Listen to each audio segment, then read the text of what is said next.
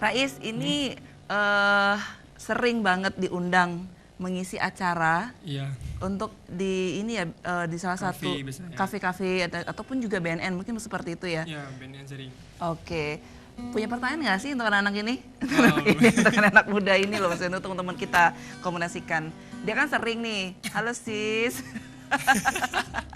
Udah, yuk silakan. Pengen nanya apa sama anak muda ini? Nggak tahu mau tanya apa nih. Dia kalau udah nanya soal musik oke lah ya. Nah, tapi kalau ini nggak. Oke, pengen nanya nih, Afrah, untuk anak muda yang paling mudahnya, untuk pencegahannya sendiri seperti apa sih? Pakai mic-nya silakan. Untuk anak mudanya itu sendiri, kita berawal dari kita sendiri. Kita anak muda itu harus memberikan kreativitas bahwa mereka itu harus bebas dari narkoba. Jadi dengan cara mereka memberikan mencari kewirausahaan untuk penyalahgunaan narkoba itu. Jika di saat mereka itu ada kewirausahaan ini tuh mereka akan kewirausahaan itu bisa memberi motivasi kepada pemuda-pemuda lain bahwa dengan mereka berusaha dapat uang, mereka itu jauh dari narkoba itu sendiri. Jadi maksudnya berwirausaha, mereka punya usaha begitu, mereka punya aktivitas begitu. Iya. Nah, apakah juga anak-anak muda yang sudah memiliki wirausaha ini memang dijamin mereka tidak akan terkena narkoba begitu, Afrah? Iya, karena banyak yang kita lihat anak-anak muda sekarang yang kami surveikan ke lapangan bahwa anak-anak muda yang ada kewirausahaan itu sendiri, baik itu di kampus ataupun di desa, mereka jauh dari narkoba itu sendiri. Itu bisa dijamin berarti ya? Iya. Oke, jadi artinya harus menjadi remaja yang produktif, Iya. begitu. Coki, boleh cerita dong untuk program prioritas untuk komunitas ikannya sendiri seperti apa, Coki? Baik Kak Nantia, jadi kami di ikan ini mempunyai beberapa program, baik unggulan maupun yang sering dilakukan. Jadi kami mempunyai 3 program unggulan. Yang pertama itulah sosialisasi, yang mana kami melakukan sosialisasi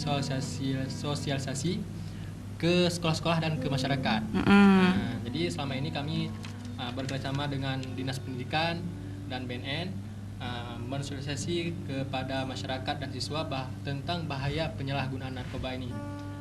Kemudian selanjutnya program kami juga adalah meningkatkan kreativitas pemuda. Kreasi muda. Bagaimana caranya? Nah, jadi kami bekerjasama dengan Gerakan Muda Kreatif, yaitu membina pemuda-pemuda yang mempunyai kreativitas atau yang misalnya tidak ada pekerjaan, jadi kami membina mereka. Selanjutnya kami penghubung antara pemuda dengan pemerintah. Seperti kemarin kan ada yang membuat aplikasi rehab diri. Aplikasi itu kita pecandu narkoba bisa merehabilitasi dirinya sendiri dengan sebuah aplikasi. Jadi dia menolak aplikasi itu bisa dia mengurangi, misalnya dia pecandu, bisa mengurangi pemakaian narkoba. Cara kerjanya seperti apa tuh, Shoki? Nah, itu di aplikasi Kak. Aplikasi namanya aplikasi pokoknya rehab khusus diri gitu. Nah, jadi dengan membuka aplikasi itu banyak item dalamnya bisa mengurangi dia untuk memakai narkoba. Oke, jadi bukan semacam sugesti ya, bukan ya? Bukan. Nah, kalau untuk aplikasi tersebut memang ini orang Aceh sendiri yang menciptakan? Mahasiswa Unimal. Mahasiswa Unimal, oke, baik. Mahasiswa Unimal membuat aplikasi untuk program laporan atau kerja akhir mereka. Mereka menciptakan sebuah aplikasi untuk merehab diri dari narkoba. Oke. Nisa, tadi disampaikan ada 3 program unggulan ya, sosialisasi, kemudian ini kreativitas, ya benar, dan juga terakhir tadi aplikasi. Pengen nanya dong untuk poin yang kedua, untuk kreativitas sendiri, ini untuk relawannya sendiri ngapain aja sih sebenarnya?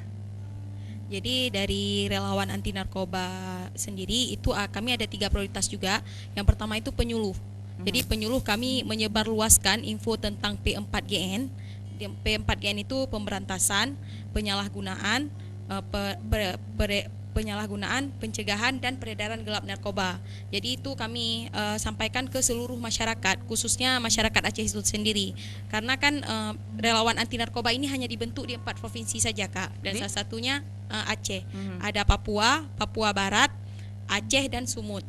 Nah, jadi bagaimana kami bisa menjadi penyuluh itu untuk masyarakat Aceh khususnya.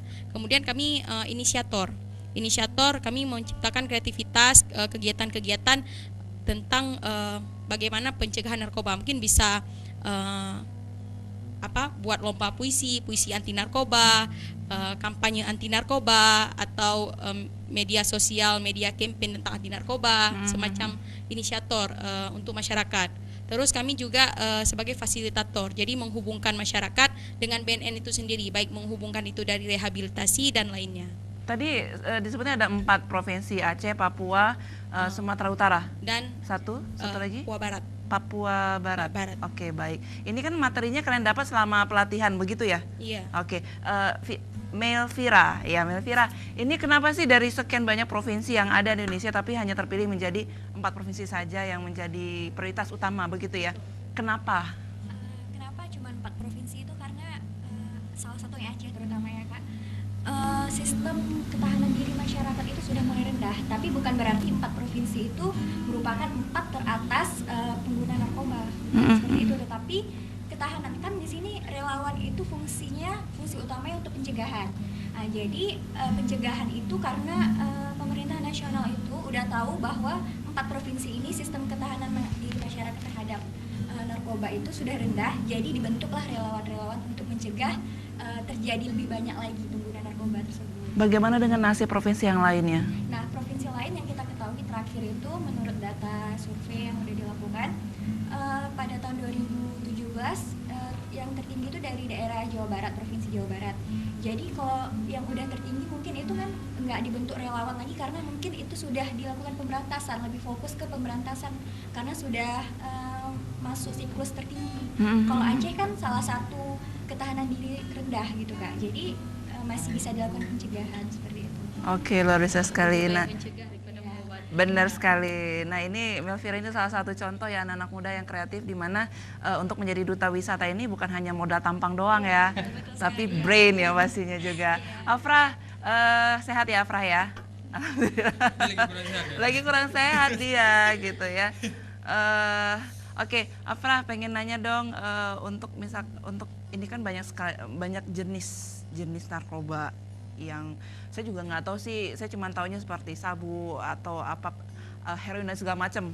Boleh nggak sih informasikan ke pemirsa jenis narkoba yang ini rentan sekali pengedarannya yang ada di Indonesia khususnya juga di Aceh. Ya, jenis sabu yang sekarang banyak diedar di Aceh itu adalah sabu-sabu. Sabu-sabu itu banyak sekali yang masuk dari Aceh untuk merusakkan anak generasi kita muda ini. Jadi kemarin ada yang masuk dari Aceh Utara. Itu sendiri mantan kecil yang ditemukan 10 ton sabu-sabu. Wow. Auto kaya ya. Iya, makanya dari 10 ton itu, jika mereka mengedarkan itu ke masyarakat kita, berapa banyak generasi muda kita yang rusak? Itu ada yang kedua, itu jenis pil ekstasi. Itu sejenis pil, ada warna kuning, merah, ataupun hijau. Itu sekarang ada ekstasi yang baru, yang namanya PCC. Yang dijual bebas, itu di dalam itu ada paracetamol. Tapi paracetamol itu bagus untuk kita demam. Iya, tapi benar. dengan dicampur dengan kafein dan kodein, itu menjadi narkoba. Wah, dia ngasih tutorial nih. Itu maka bagi masyarakat mungkin ada yang lihat pil-pil warna putih yang PCC itu bahaya.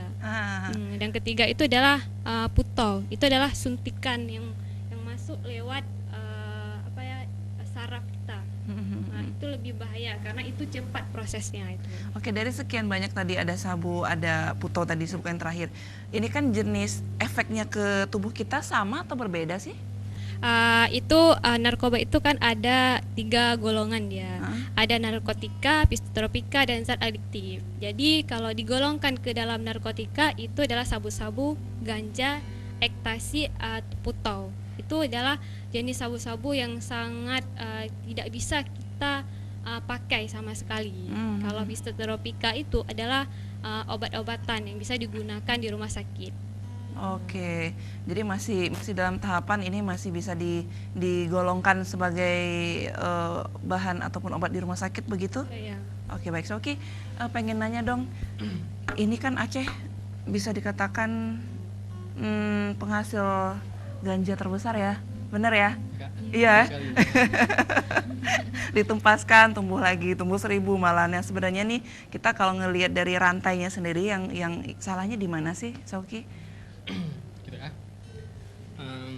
Jadi kenapa Aceh ini bisa jadi daerah penghasil ganja terbanyak? Iya, benar. Mungkin daerah subur ya. Iya.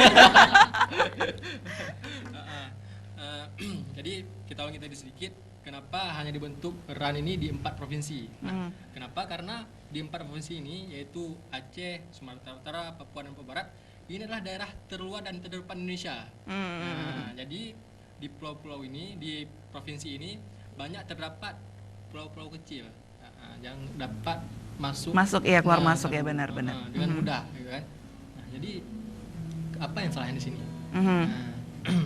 Jadi apakah salah pemerintah, salah siapa gitu kan? Bukan. Ini merupakan salah kita semua. Kenapa? Karena di sini kita apatis ya. Banyak pemuda atau masyarakat yang apatis terhadap peredaran gelap narkoba ini, termasuk ganja. Nah, ketika ada masyarakat di daerahnya ditanam pohon ganja, misalnya di kawasan Aceh Besar kan banyak kan. Nah, jadi masyarakat sekitar apatis terhadap mereka yang menanam ganja tersebut. Nah, jadi gimana solusinya? Jadi solusinya kepada seluruh masyarakat yang ada di seluruh Aceh, kita jangan pernah apatis terhadap penyalahgunaan narkoba ini. Di mana misalnya ada penanaman ganja, segera kita lapor ke aparat. Atau ada yang misalnya sedang melakukan transaksi, segera kita laporkan. Atau kita menyampaikan mencegah kemungkaran. Karena dalam mencegah kemungkaran ini ada 3 tahap ya. Yang pertama dengan biadih, dengan tangan atau dengan kuasaan. Biasanya kalau kita ini dengan dilakukan oleh polisi. Kemudian di lisan. Nah, apabila kita tidak mampu mencegah kemungkaran dengan kekuasaan kita, bisa kita mencegah dengan lisan. Kita mengingatkan, jangan lakukan ini. Ini hal yang berbahaya. Nah, ini bahaya bagi tubuh kita dan generasi masa depan kita. Nah, itu dengan lisan. Kemudian apabila kita tidak kuasa dengan lisan kita, kita bisa melakukan pencegahan kemungkaran dengan hati kita. Bagaimana dengan hati atau dengan kalbi? Yaitu dengan membenci perkara kemungkaran tersebut. Jangan kita itu ada ganja, ikutlah biar ada uang sedikit. Nah, itu kita termasuk dalam mendukung adanya kemungkaran. Nah, oleh karena itu kami dari IKAN dan seluruh pemuda Aceh mengajak seluruh masyarakat khususnya pemuda untuk sama-sama kita mencegah bahaya peredaran gelap narkoba di Indonesia, khususnya di provinsi kita Aceh. Begitu Kak Tia kira. Iya, karena memang tadi sudah disebutkan oleh Shoki sendiri ini menjadi perdagangan bebas juga ya. Aceh salah satunya. Nah, ini kalau di beberapa negara salah satunya Brazil ini juga mereka sudah melegalkan narkoba begitu, tapi mudah-mudahan Indonesia tidak ya. Amin, mudah-mudahan. Nah, satu lagi Melvira pengen nanya, beberapa waktu yang lalu kan kita juga sempat booming, sempat happening dengan berita di mana seorang suami yang menyembuhkan istrinya dengan ganja ya begitu. Nah, ini kan menjadi pro dan kontra di pemerintahnya sendiri. Suaminya masuk penjara, istrinya meninggal dunia. Nah, sebenarnya gimana sih kalau pendapat dari Melvira yang sendiri? Kalau pendapat saya sendiri sih Kak, memang ganja itu bermanfaat untuk medis, ya.